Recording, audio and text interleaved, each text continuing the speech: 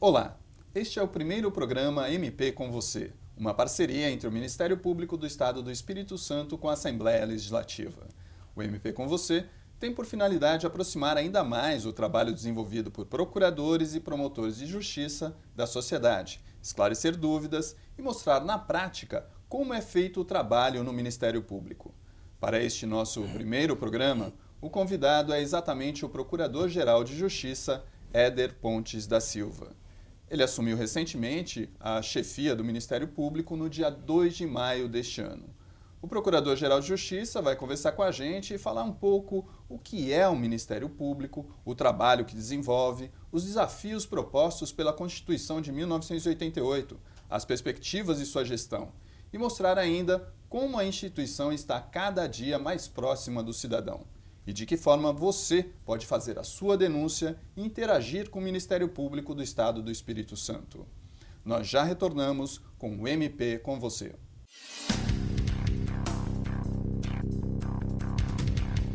Estamos de volta com o MP com você. Nesse programa de estreia, recebemos o Procurador-Geral de Justiça, Éder Pontes da Silva. Doutor Éder, como este é um programa de estreia, como o senhor vê essa parceria do Ministério Público com a Assembleia Legislativa e essa nova forma que o Ministério Público encontrou aí para levar a sua mensagem para a população através da TV? Eu vejo com muita satisfação, Rubem. Eu sempre fui um entusiasta em relação a esse projeto, porque é necessário que a população capixaba, em especial, conheça realmente o trabalho que vem sendo desenvolvido pelo Ministério Público, né, em defesa de seus interesses, né, em defesa dos interesses sociais.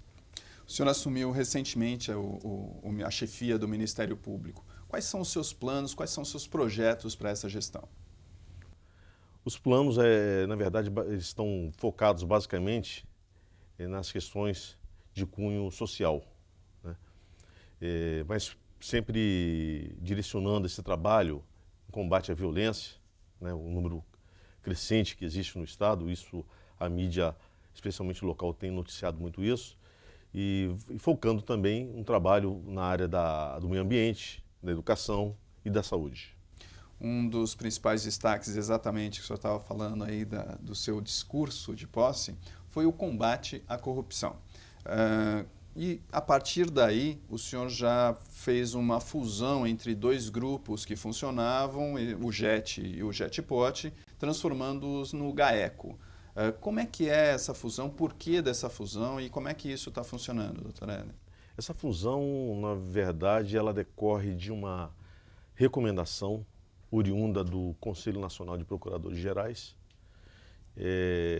Já há algum tempo, o Ministério Público do Estado do Espírito Santo, algum tempo atrás, já vinha prevendo essa possibilidade de fusão desses dois grupos, e para poder direcionar ou definir ações coordenadas no combate às organizações criminosas e também aos crimes contra a ordem tributária, né?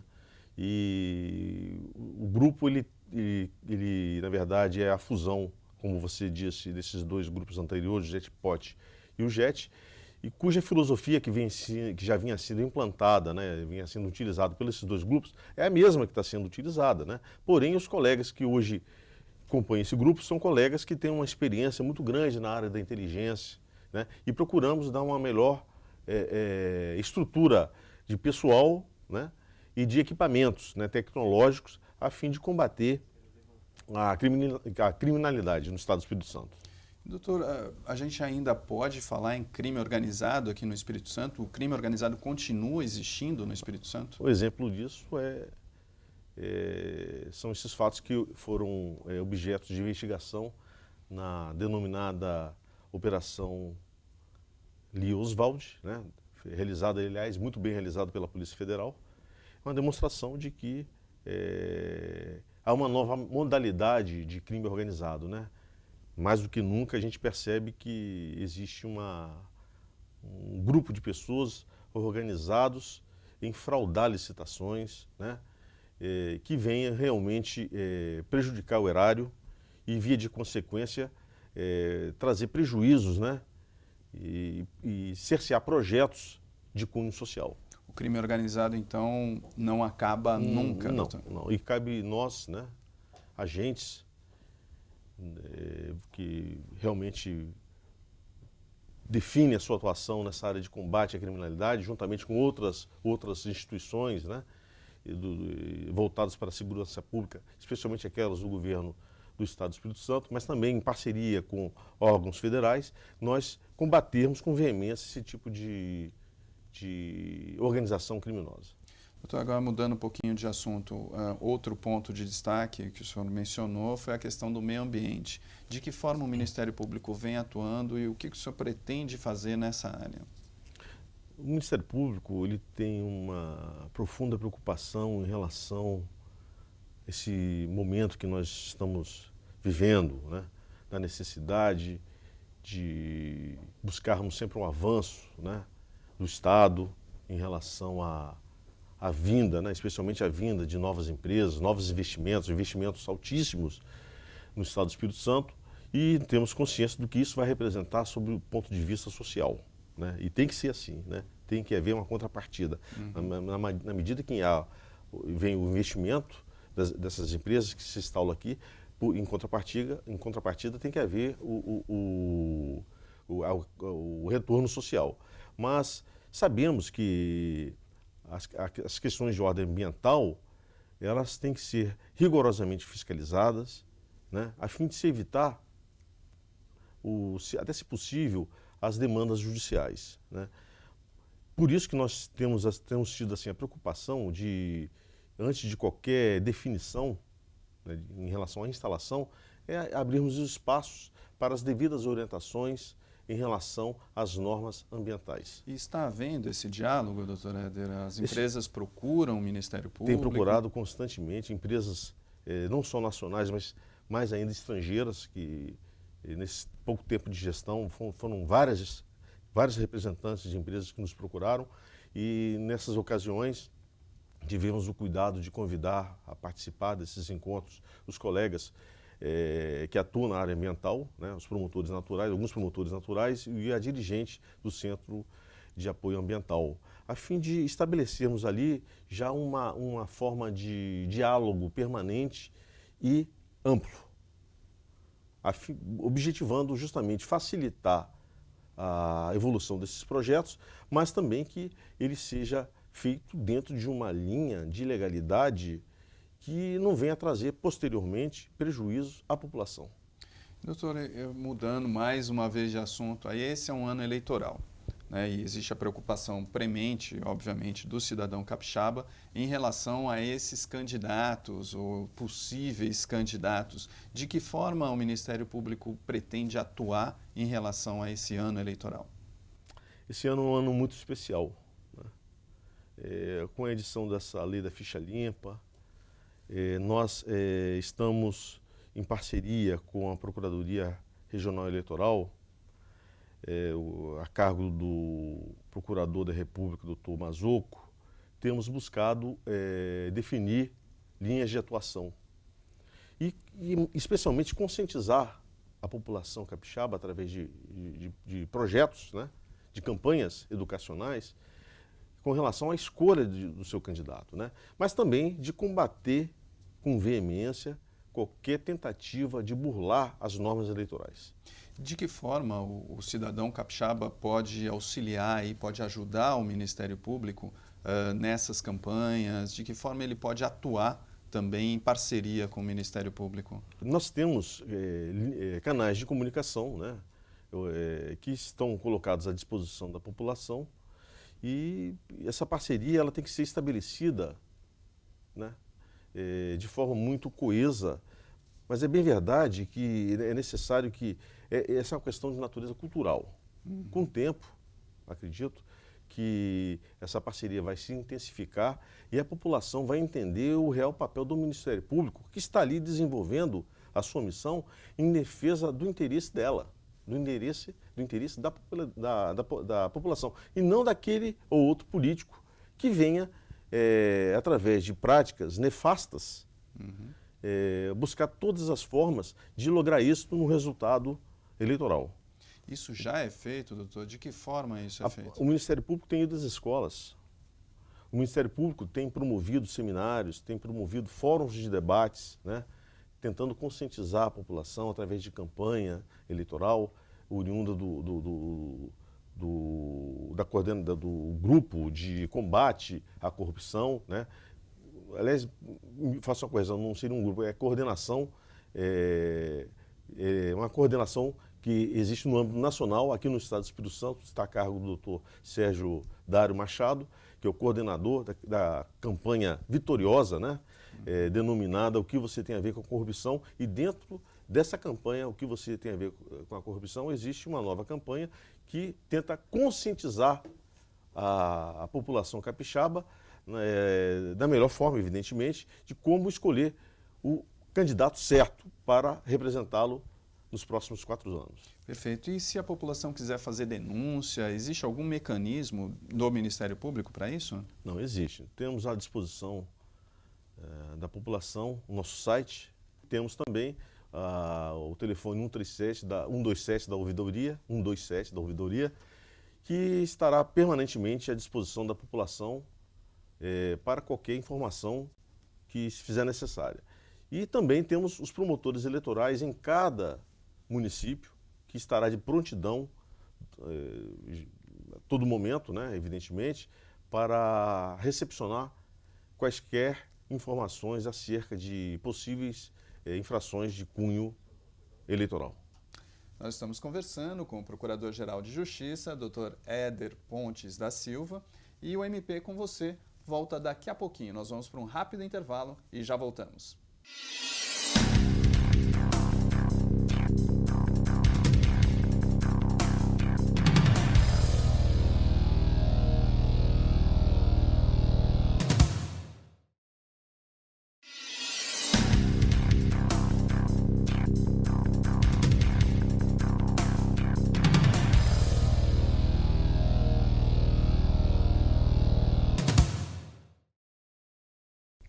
Estamos de volta com o MP com você, um programa do Ministério Público do Estado do Espírito Santo feito para o cidadão capixaba. Neste nosso programa de estreia, estamos entrevistando o Procurador-Geral de Justiça, Éder Pontes da Silva, presente aqui nos estúdios da TV Assembleia. Com ele, nós já falamos da importância do Ministério Público, que atua como fiscal das leis em defesa da sociedade. Aliás, vale lembrar que pesquisas recentes mostram que o Ministério Público é uma das instituições com maior credibilidade entre a população brasileira, ficando ao lado da Igreja e do Exército. Mesmo assim, tem muita gente que ainda não conhece o Ministério Público. Dr. Éder, para a gente explicar um pouco aí para a população, o que é o Ministério Público? Como é que ele atua? O Ministério Público Estadual, o Ministério Público Nacional, né? A partir da Carta Cidadã, de 88, ele ganhou novas atribuições, um leque de compromissos, especialmente de cunho social. O Ministério Público, antes disso, era só visto como um mero agente acusador, né? Que estaria ali sempre... Aquele homem da capa preta, da capa preta, né? Vestindo a sua beca e se limitando tão somente ao papel de acusar os réus perante o plenário do Tribunal do Júri. Mas com a edição da nova Carta, de 88, o Ministério Público ganhou realmente novas tarefas, né? Relevantes tarefas, especialmente em defesa da sociedade como um todo. Quais áreas que o Ministério Público atua hoje? Além da área criminal, né, que sempre foi a vitrine da atuação ministerial, mas temos focado muito na defesa dos direitos difusos e coletivos, mas também especificamente na área ambiental, na área da saúde, na área da educação, na área do idoso, né? Das pessoas realmente portadoras de necessidades especiais. E temos feito um trabalho que tem dado notoriedade ao Ministério Público, que é a atuação voltada para o combate à improbidade administrativa. Eu estou puxando aí um pouco o gancho da segurança.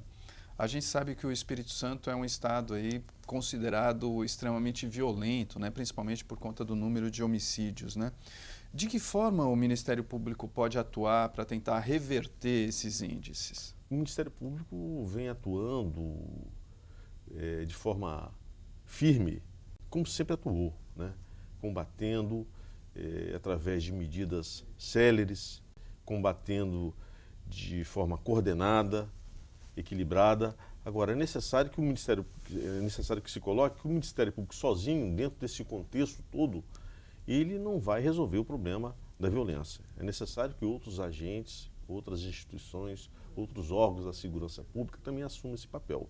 Porque o maior responsável, né, e deve ser assim, para combater esses índices de criminalidade é o Estado, né, através dos seus órgãos de segurança pública. Mas é necessário também que as demais instituições, o Ministério Público, Poder Judiciário, Defensoria Pública, esteja também inserido nesse contexto para que possamos analisar os problemas voltados, os problemas da criminalidade de uma forma sistêmica, de uma forma ampla, né? E não meramente focando na repressão, né? E na prevenção. Não é isso. Mas temos que analisar o problema de forma sistêmica. É necessário, então, que, até seguindo as ideias, aliás, excelentes ideias, que a gente extrai ali da campanha do Estado, né, do governo do Estado, que é o Estado presente, analisar essas questões de forma ampla, de forma sistêmica.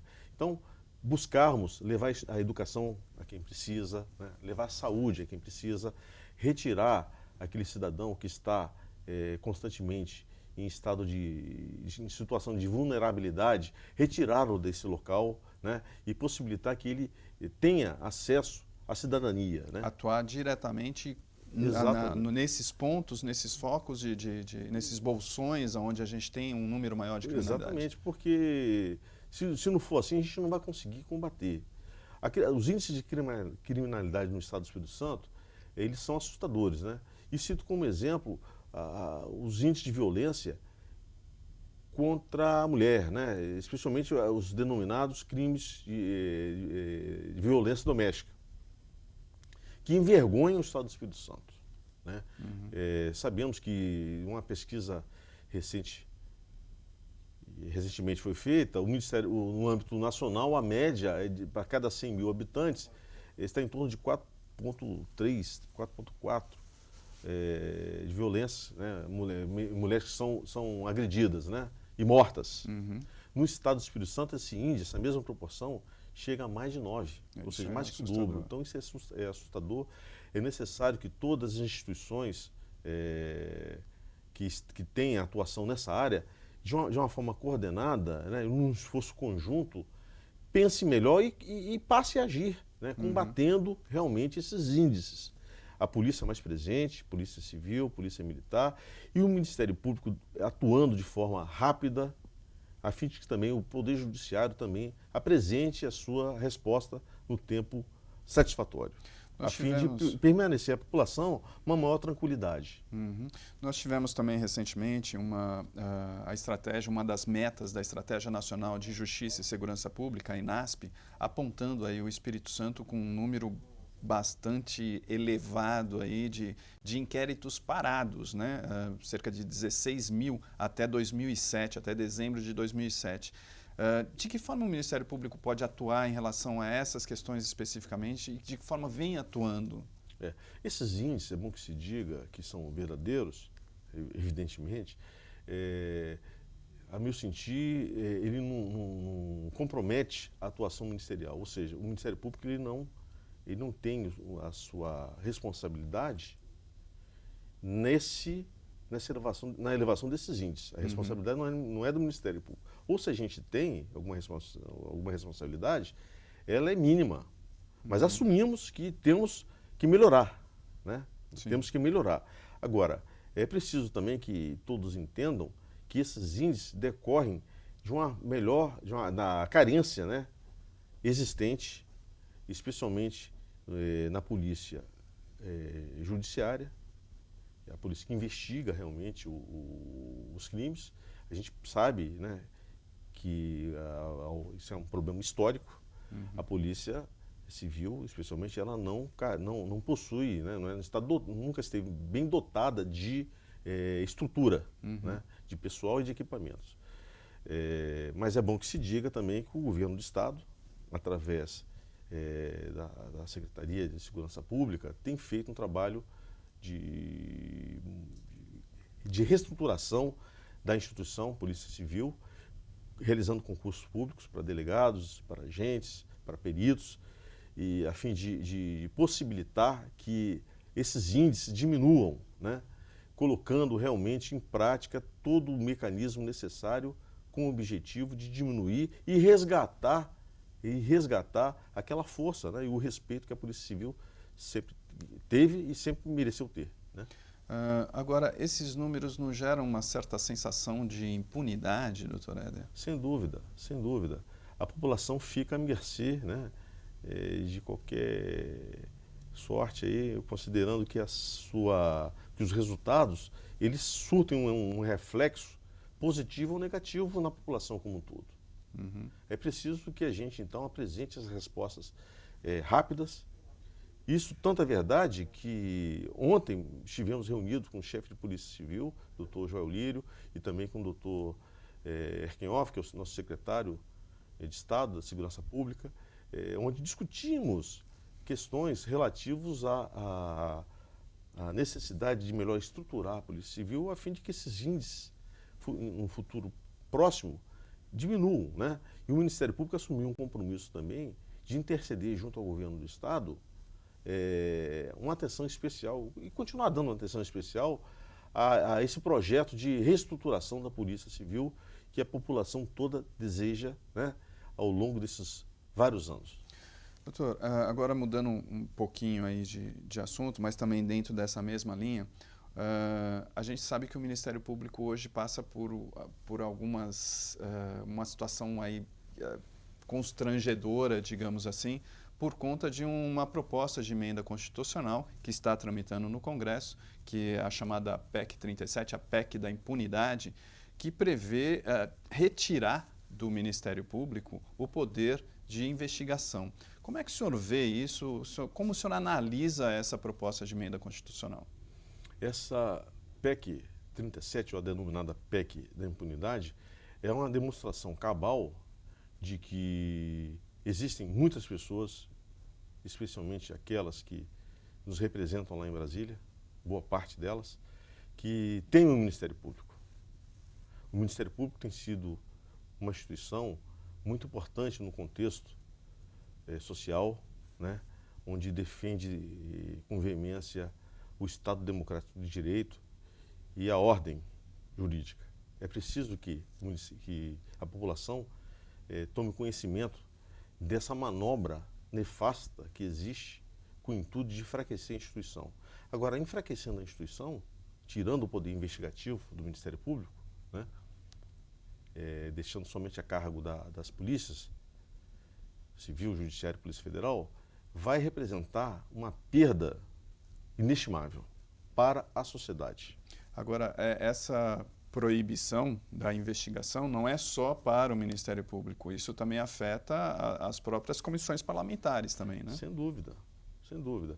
Isso aí, essa medida, essa iniciativa extremamente inoportuna, mas que demonstra, evidentemente, um medo, né, um temor em relação ao papel que vem sendo desenvolvido pelo Ministério Público, de forma firme, é uma tentativa de querer prejudicar a população que é mal interessada.